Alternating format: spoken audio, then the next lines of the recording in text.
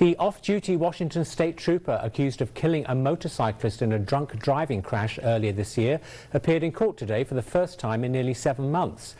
Trooper Sarah Clayson appeared in the court for the first time since her arrest back in March, immediately following the crash. Today, Clayson pled not guilty and was released again without bail and without any alcohol monitors for her or her car. Action News reporter Aidan Whittaker has the story. Can I call my arraignment, Your Honor? Yes, please. One second. Number 78, Clayson.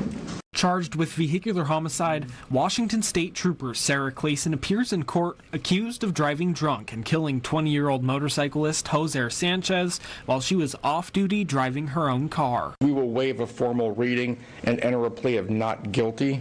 The court has reviewed the affidavit of probable cause. Do you find probable cause for the matter to proceed? Benton County Superior Court Judge Joseph Burrows heard from the prosecutor and Clayson's attorney before deciding to release Clayson without bail or any monitoring devices. Do you have a position on the alcohol monitoring device pursuant to RCW 4661-5022?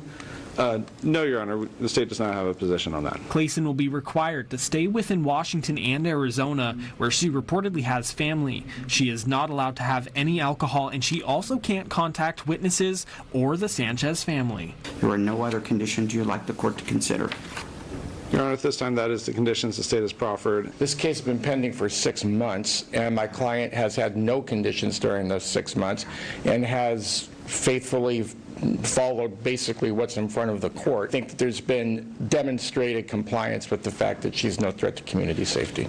After hearing from both attorneys, Judge Burrows followed the agreed-upon recommendation and allowed Clayson to leave without bail.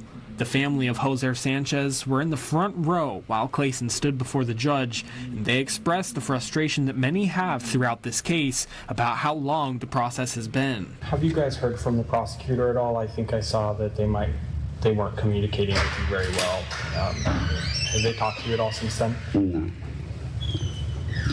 No. Still, the family's focus remains on Jhoser.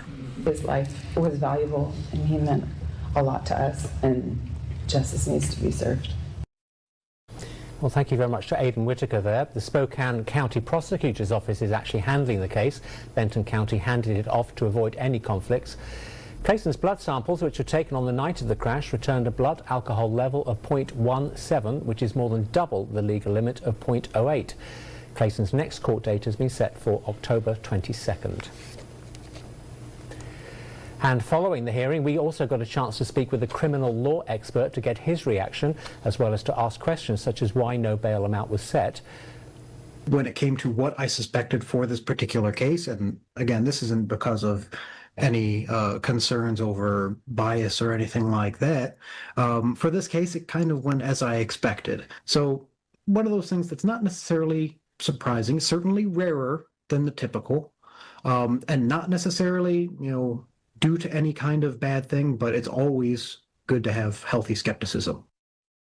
More details on today's arraignment, as well as the full version of the arraignment, can be found on our website, kimatv.com. Well, do you think Officer Clayson should be incarcerated pending the trial? That's the question we asked in today's viewer poll. You can scan the QR code on your screen or go to either our social media pages or to our website to cast your vote. The poll is set to end at 5:40 tonight. So make sure to get your vote in, and you can tell us why you voted in the comments section on our Facebook post. That's been very lively today. We'll have the results for you in our 6 p.m. newscast, but it looks pretty clear. The answer is yes. That's kind of where we landed at. See how we got here. First tonight, a Washington State Patrol trooper is sitting in the Benton County Jail accused of DUI after allegedly hitting and killing a motorcyclist with her car. Thank you for joining us for Fox 13 News at 5. I'm Sabir Rayford. And I'm David Rose. According to the Washington State Patrol, it happened while the trooper was off duty and driving her personal car. Here's a closer look at where it happened on State Route 240 near Horn Rapids. That's roughly 200 miles outside of Seattle. Fox 13's Dave Detling joining us now with what he knows about the investigation. So, Dave, what have we learned about this trooper and what happened? Well, right now, the Richland Police Department has identified that trooper as Sarah Klassen. According to jail records, she is currently behind bars at the Benson County Jail. Records show Klassen was arrested on suspicion of DUI last night around 7:30 and was booked into the jail at 1:45 this morning. She's facing a charge of vehicular homicide. According to Washington State Patrol, Trooper Klassen was a public information officer, rather is a public information officer for District 3, which includes Benton, Walla Walla, and Yakima counties. Again, she is currently behind bars. That incident happening off of State Route 240 near Horn Rapids. Again, according to the Richland Police Department, there was some confusion because there was another deadly crash nearby that was not related. Now, this investigation into what happened is continuing. It will be forwarded over to the prosecutor's office. Washington State Patrol Chief John Batiste offering his condolences to the victim involved and their loved ones, saying in part, quote, "We are reminded in times like these that law enforcement officers are not immune from tragedy nor from personal accountability. And we urge all motorists to always drive with focus, care, and caution." Now, Richland Police, they took over this investigation once they found that it was a WSP trooper involved in the crash. Again, we are calling this a developing story. We will continue to monitor any new information as it becomes available, and we will bring it to you. Reporting live, Dave Detling, Fox 13 News. I don't know if homie was confusing in his statement about her arrest and what she was charged with, but most reports say that she wasn't charged with Mr. Sanchez's death until minimally 6 months later. So she was arrested for DUI that night, if nothing else. And since, for all intents and purposes, unless you guys find some new information, since has been on paid administrative leave after telling the cops at the scene that Mr. Sanchez had actually ran into her and been responsible for causing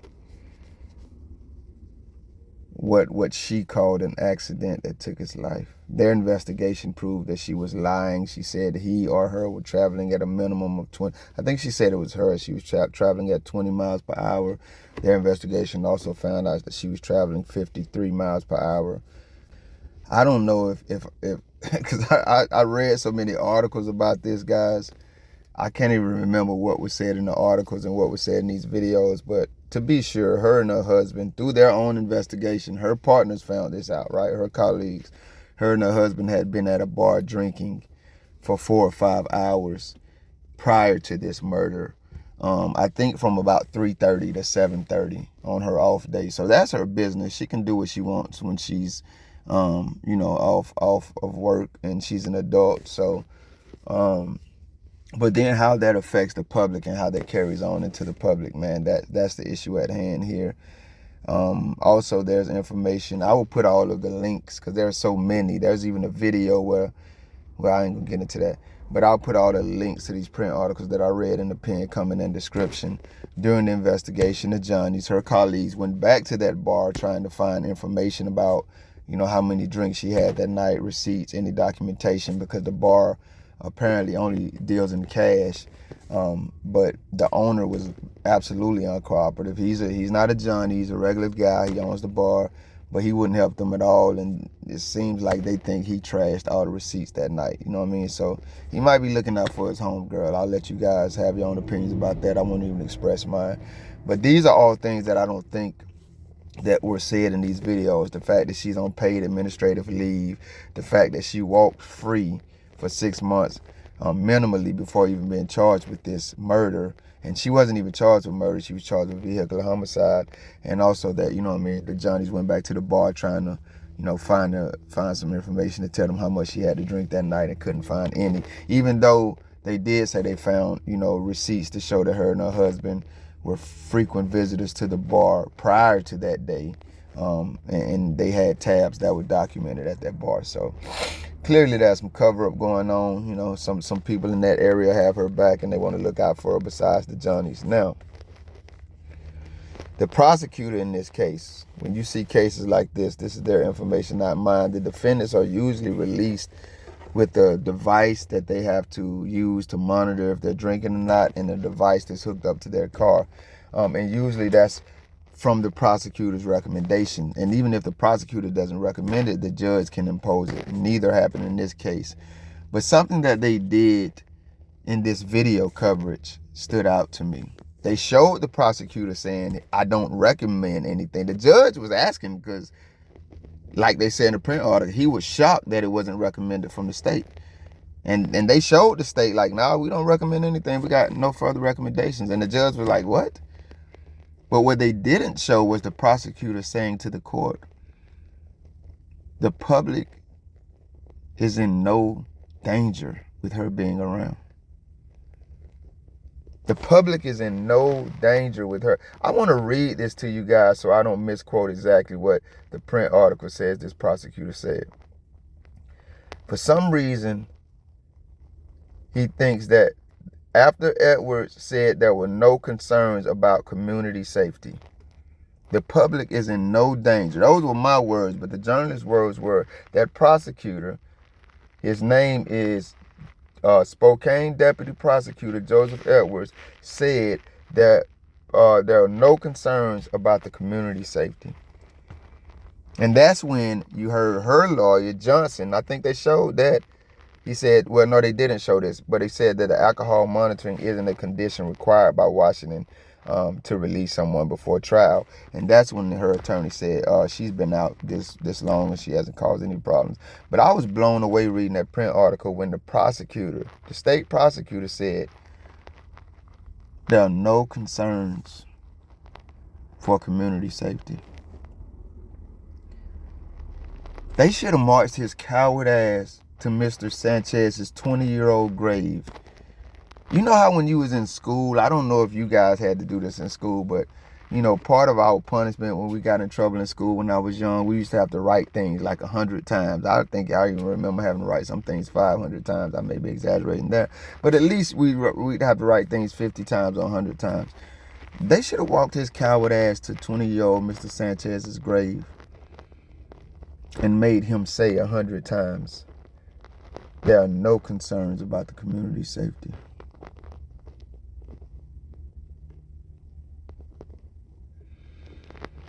And then for that young man's family to stand up in court and the judge say, I think that was the judge, I'm almost certain, I'm hearing the prosecutors have not even been in touch with you guys, have not been communicating with you guys. And they said, no, we haven't heard from them.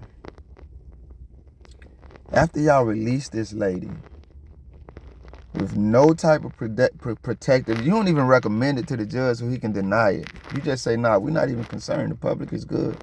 Like she didn't just murder an innocent 20-year-old. Y'all ain't even communicating with this family. All I heard besides my heart breaking hearing this story, because that young man is in his early, I mean, much too early grave right now while I'm making this video and while you're listening to it if you do. All I could think about was, y'all are in these people's face, conspiring to let this lady walk free from murdering him. And you don't even give a damn that we all can see it. Shout out to those citizens up there. Whoever voted on that poll who said her ass needs to be in jail while awaiting trial, man. We just need more Americans to see the corruption that goes on in our government for what it is and see the participants for who they are. Is she a hero? I didn't hear anything about motorcades for Mr. Sanchez. I'm Trailhand Bill. Y'all be careful. Thank you if you made it this far. If you liked the video, feel free to hit that thumbs up button. I greatly appreciate it. If you care to go a little further than that, maybe even subscribe, hit the notification bell. Check out a few of the other videos on the channel. Either way, y'all be safe.